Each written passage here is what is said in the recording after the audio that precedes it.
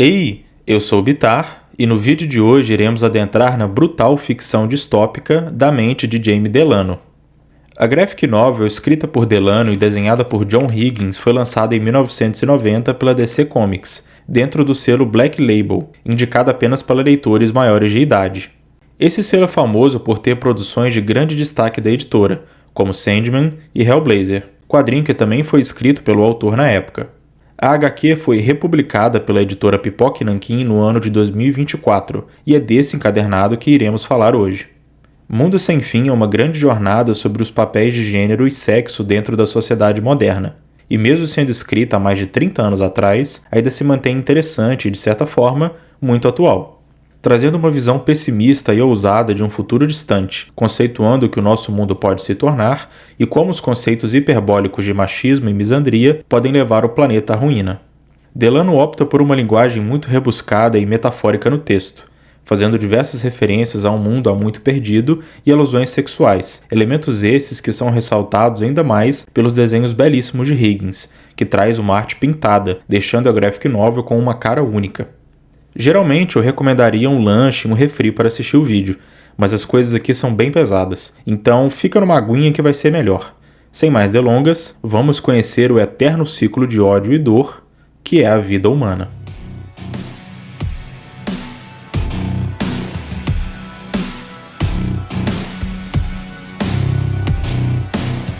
Nossa história tem início num futuro longínquo, há milhares de anos da época em que nossa sociedade existe agora, onde os resquícios do inevitável holocausto nuclear são memória já esquecida, e agora o Sol brilha fraco na atmosfera, enquanto o quime-oceano nutre e engole qualquer forma de vida que ouse desafiá-lo.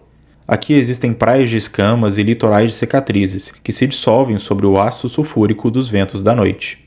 Existe também um extenso tecido carnoso, composto por morte e estruturado por ossos gigantes, onde o veneno se acumula e o tecido conjuntivo necrosa. É possível ver pântanos de gangrena e uma biotextura putrefata, que fede e brilha num tom aberrante, se estendendo por milhões de quilômetros de terras devastadas e paredes íngremes que se curvam ao peso da idade. A pulsação do dever revela uma aglomeração no interior dessa carne doente. Em volta do núcleo viril, eles abençoam seu vigor esplêndido, cercado por um bosque sagrado. Aqui está o hospedeiro, aquele que é conhecido como a Zona. Uma cidade com vida própria, que nutre suas multidões de parasitas e se desenvolve lentamente por milênios sem fim. O hospedeiro persiste, o hospedeiro sustenta, o hospedeiro provê. É assim que foi e é assim que sempre será. É possível ver dezenas de homens diferentes discutindo em tempos de tribulação. As diversas castas que regem essa sociedade se enfrentam em debates sobre a importância de cada uma delas, e isso resulta em caos. A guilda dos monitores sente a intensidade do coração da zona, enquanto os analistas da guilda dos cartógrafos assumem a função de mapear a geografia inconsistente do mundo atual. A guilda eugenética briga com os banqueiros das guildas menores sobre a falta de juvis e brutos, e logo os soldados alados contêm os distúrbios prendendo os criminosos. Esses homens conturbados e socialmente divididos são conhecidos como Kras, os descendentes do hospedeiro e os únicos habitantes inteligentes da zona. Mas essa é uma realidade que estava prestes a mudar. Naquela mesma noite, podemos ver um soldado voando nos arredores da cidade. Fazendo sua patrulha costumeira em frente à luz da lua prateada, ele vê com sua visão geneticamente aprimorada um enorme grupo de aprestos se reunindo no que parecia ser uma festa. Aprestos são criaturas basais do submundo, atuam como serviçais para os homens e não possuem pensamentos complexos, sendo mais próximos de animais de estimação e sendo providos pela zona, assim como todas as coisas. A luz fantasmagórica corta o fluxo da noite e bota medo na mente do Inquisidor, mas ele sabe muito bem que precisa investigar e punir os responsáveis pelo que estaria acontecendo ali. O alado pousa e repara nas centenas de criaturas que se envolvem ao redor do útero abandonado que inflama uma energia vil. Preparando a câmera ao olho, ele sente sua mão tremer na medida que percebe o obscuro ser no centro do palco. Algo disforme e nefasto, mutante e volátil. Algo feminino. O jovem soldado se fascina com o medo da terrível imagem à sua frente, sem ter plena noção de como um ser daqueles existia em seu tempo e sentindo um nó na garganta, mas sendo incapaz de tirar os olhos da criatura. Criatura essa que entoa palavras de revolta e vomita blasfêmias obscenas, contagiando todos na multidão enquanto eles gritam em euforia. Ela enfia sua mão no casulo de carne e a pulsação de sangue vermelho abre espaço para um novo apresto, produzido a partir da ponta de seus dedos em contato com o hospedeiro. Ao terminar de ver a cena, o soldado vomita e arruma suas asas para retornar para casa. Agora ele precisa manter seu dever e contar para as guildas superiores sobre a barbárie que havia presenciado. Delano inicia sua narrativa apresentando diversos conceitos para o leitor. Entendemos que este é um mundo muito à frente do nosso e que as consequências das escolhas do passado trouxeram esses homens a uma vida regrada, de controle e divisões sociais, onde a fraqueza não é permitida e o feminino é desprezado ou até mesmo proibido, ao ponto de um dos Kras ser acometido por um medo terrível ao ter que ficar de frente com o que era considerado uma fêmea.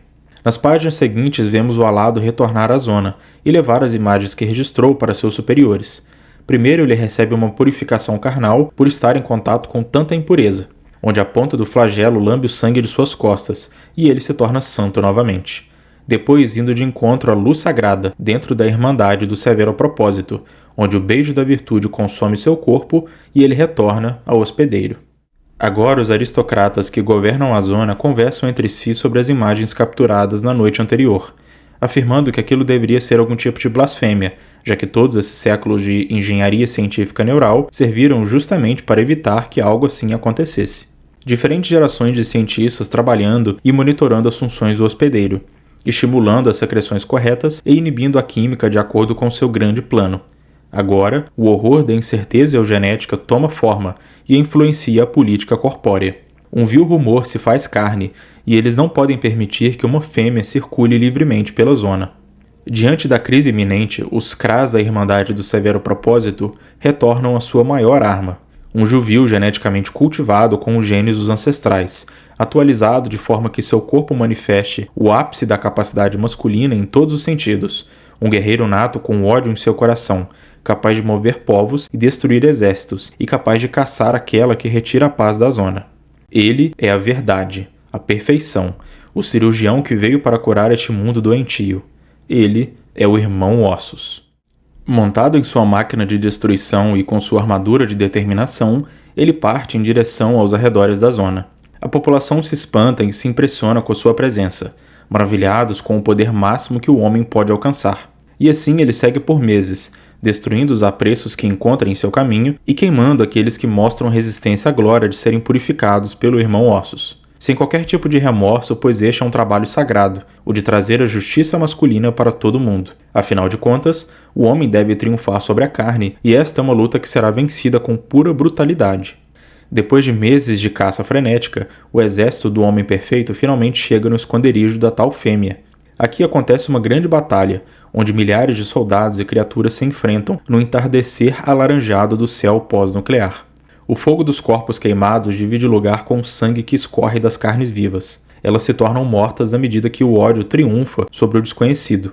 De um lado temos a fúria masculina por tudo que é não masculino, e de outro temos um ser que luta para sobreviver até o dia seguinte.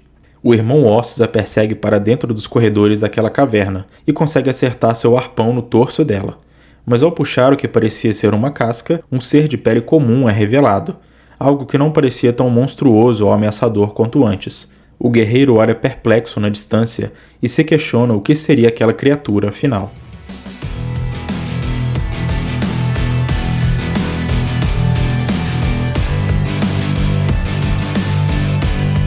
Jamie Delano é um escritor de quadrinhos britânico.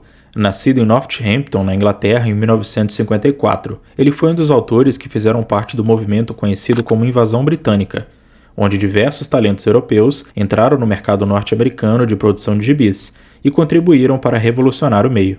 O mais famoso dessa leva é com toda certeza Alan Moore, mas Delano se mostrou habilidoso com seu argumento em Hellblazer e até os dias de hoje é reconhecido como o principal autor do personagem, se destacando em suas narrativas por um estilo mais poético, abordando temáticas com traços de terror e colocando diversos comentários sociais em seus textos. Pôr do sol, nascer da lua. Pôr da lua, nascer do sol. Esta é a infinita ciranda cósmica, onde um persegue o outro, cada um deles aterrorizados pelas paixões de seu oposto, e de dentro dos confins de uma caverna de carne viva, ela sai. Rumor. nossa protagonista. Ela caminha pelo hospedeiro com seus cabelos loiros e acompanhada de seus aprestos, criaturas criadas a partir da carne da zona por ela mesma, e o grupo se aventura pelas estranhas da continental área conhecida como Lar. O latejar do mistério é preenchido pelos túneis de musculatura, enquanto se aventuram cada vez mais para dentro do hospedeiro, sempre com medo de serem achados pelos Kras. Caminhos de tecido epitelial que se juntam para formar pontes e túneis, onde seus pés podem pisar em segurança, criando passagens de pus e líquido amniótico, até que uma imagem chama a atenção dela. Um templo de mistérios do passado perdido há muito tempo, um aterro de relíquias de uma época quando a vida tinha outro sentido, quando os Kras se chamavam de humanos. No meio do metal retorcido pelos milênios e do rio ácido que corre ao lado, Rumor encontra uma vestimenta de um manequim. Sem entender exatamente do que se trata o material, ela resolve usá-lo, afirmando que a sensação na sua pele a agrada muito. O autor então nos guia nessa tentativa de êxodo do grupo, passando pelas entranhas sensoriais do hospedeiro até um lugar chamado de Quimio-Oceano, onde eles são emboscados numa armadilha e todos são mortos, menos a Rumor. E é aqui que ela conhece as Escarlatrizes. A narrativa é alterada numa mudança drástica, e Delano nos coloca no meio de diversas revelações importantes para a história. A verdade é que o mundo é muito maior do que os homens afirmam ser, se expandindo por milhões de quilômetros além da zona. Para dentro do Quimio-Oceano existem outras partes desse mundo, outras regiões, e uma delas é esta ilha fechada por uma redoma, onde só existem mulheres. As Escarlatrizes são fugitivas da guerra que acontecera há tanto tempo que ninguém mais se lembra nem como começou. Elas vivem além da carne do hospedeiro, produzem a própria comida e são completamente independentes, vivendo numa sororidade onde apenas o feminino é bem-vindo, um lugar colorido e bem diferente de tudo que Rumor estava acostumado até então. Nossa protagonista revela mais de sua origem, como ela foi procriada dentro da guilda eugenética para ser apenas um broto comum, vivendo como escrava desde seu nascimento e sendo forçada a dar seu corpo para os Kras durante os rituais, onde o abuso era mais do que uma parte corriqueira de sua vida, mas sim o real motivo pelo qual ela foi feita. Os homens da zona procriavam elas para serem abusadas por eles, sem nem mesmo ter a função de procriação atrelada ao ato, já que todos são estéreis, e a guilda eugenética é responsável por gerar os novos juvis e brotos de forma artificial, em úteros tecnológicos. Rumor nasceu entendendo que seu valor era atrelado a um propósito, e aquele propósito apenas. Mas um dia tudo mudou, quando uma fêmea foi capaz de interromper um ciclo de ódio eterno, quando ela menstruou. Os rumores correm rápido pela zona, e naquela mesma noite um grupo de homens vieram levá-la para longe da cidade. Para eles aquilo era um ultraje, a pior das situações e a realidade que eles tentavam tanto evitar. De alguma forma uma fêmea nasceu fértil novamente, algo que não era visto há milhares de anos nas terras do hospedeiro, e era geneticamente impossível, já que essa foi uma característica abandonada pelos cientistas genéticos há muito tempo. Ter alguém capaz de gerar vida fora do controle das guildas superiores significaria caos e a perda do poder absoluto dos Kras, coisa que eles não iriam permitir. Então aquele grupo de homens a leva para ser executada, a fim de dar cabo no mal que profanaria o mundo. Mas a jovem de cabelos dourados clama pela ajuda do hospedeiro, e da carne que surge do chão é formada uma enorme criatura, que a protege e espanta os assassinos. Aprendemos então que Rumor consegue se comunicar de alguma forma com este mundo num nível mais íntimo, como se a zona quisesse que ela sobrevivesse e prosperasse. Passado alguns anos da fuga, ela dormiu por dentro da carne do hospedeiro, e uma casca se gerou por cima de sua pele. Dessa forma, dando ela a forma monstruosa do ódio que os homens sempre sentiram e se revoltando contra todo o sistema. Com o passar do tempo na ilha, as coisas se tornaram mais complicadas, e o conhecimento de perceber que o mundo é mais complexo do que o ódio cego a deixa a jovem confusa. Mas essas revelações dão lugar ao impacto de algo mais sinistro e que deixa a nossa protagonista perplexa. Ao conversar com uma das Escarlatrizes, ela questiona sobre como elas se reproduzem, já que não existem juvis por ali, apenas brotos que eventualmente crescem e se tornam mulheres.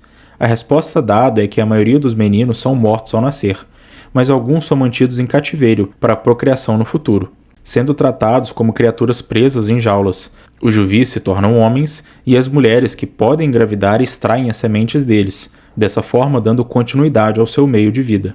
Rumor fica impressionado ao perceber o que acontecia de verdade ali, e talvez a compreensão de como as escarlatrizes também abusam do sexo oposto tenha trazido reflexões importantes sobre a realidade do mundo para ela. Delano adiciona camadas dentro do comentário social da guerra dos sexos e de como o ser humano comete atrocidades contra aqueles que odeia de alguma forma. Seja por uma estrutura cultural ou por medo, o ódio traz desgraça para todos e tira a vida de inocentes que não têm nada a ver com aquilo. Mas não demora muito até que o vilão seja atraído como um imã para os arredores da ilha. Juntamente com seu exército, eles marcham em direção à redoma que protege o local, afirmando que nesta noite iriam exterminar a imundície do mundo. A festa das escarlatrizes é banhada por fungos alucinógenos e comportamentos carnais. Elas riem da masculinidade patética e se divertem. No entanto, ele surge com sua armadura negra e espinhos que clamam por sangue. Algumas tentam enfrentá-lo e outras tentam fugir, mas o fogo de suas manoplas varre o ambiente e pulveriza seus corpos. Um massacre se inicia e Rumor foge com uma colega para a área dos jardins, mas ainda assim sendo perseguida pelo homem que foi criado para matá-la. Os olhos vermelhos de puro ódio brilham por dentro do capacete, e ela escala uma das árvores para chegar ao topo da redoma. O sacrifício de sua companheira não foi o bastante para parar o destruidor, e lá de cima ela estende as mãos para o luar. E o satélite prateado responde de volta, no que parece ser feitiçaria, como se ela sentisse o mundo e o mundo sentisse ela. As águas ácidas do quimio-oceano se transformam em grandes ondas e conseguem reduzir a ilha toda a escombros cáusticos derretidos pela polaridade negativa da natureza. Como uma breve cirurgia corrosiva, Rumor tenta apagar a fonte do mal que a persegue, mas o irmão Ossos escapa e tudo o que resta são seus pensamentos tristes e solitários de perda. Agora sentada numa praia de escamas, ela se questiona sobre a brutalidade do homem e de como não existe lugar para ela. Um clamor de solitude e desespero que o hospedeiro ouve, enquanto ela desliza seus dedos sobre a carne do solo, e novos apreços são formados. Mas dessa vez ela não deseja criar uma criatura comum. Dessa vez, a jovem entra nas águas ácidas e percebe que seu corpo não é corroído. Dessa vez, é ela quem vai trazer a morte para a zona.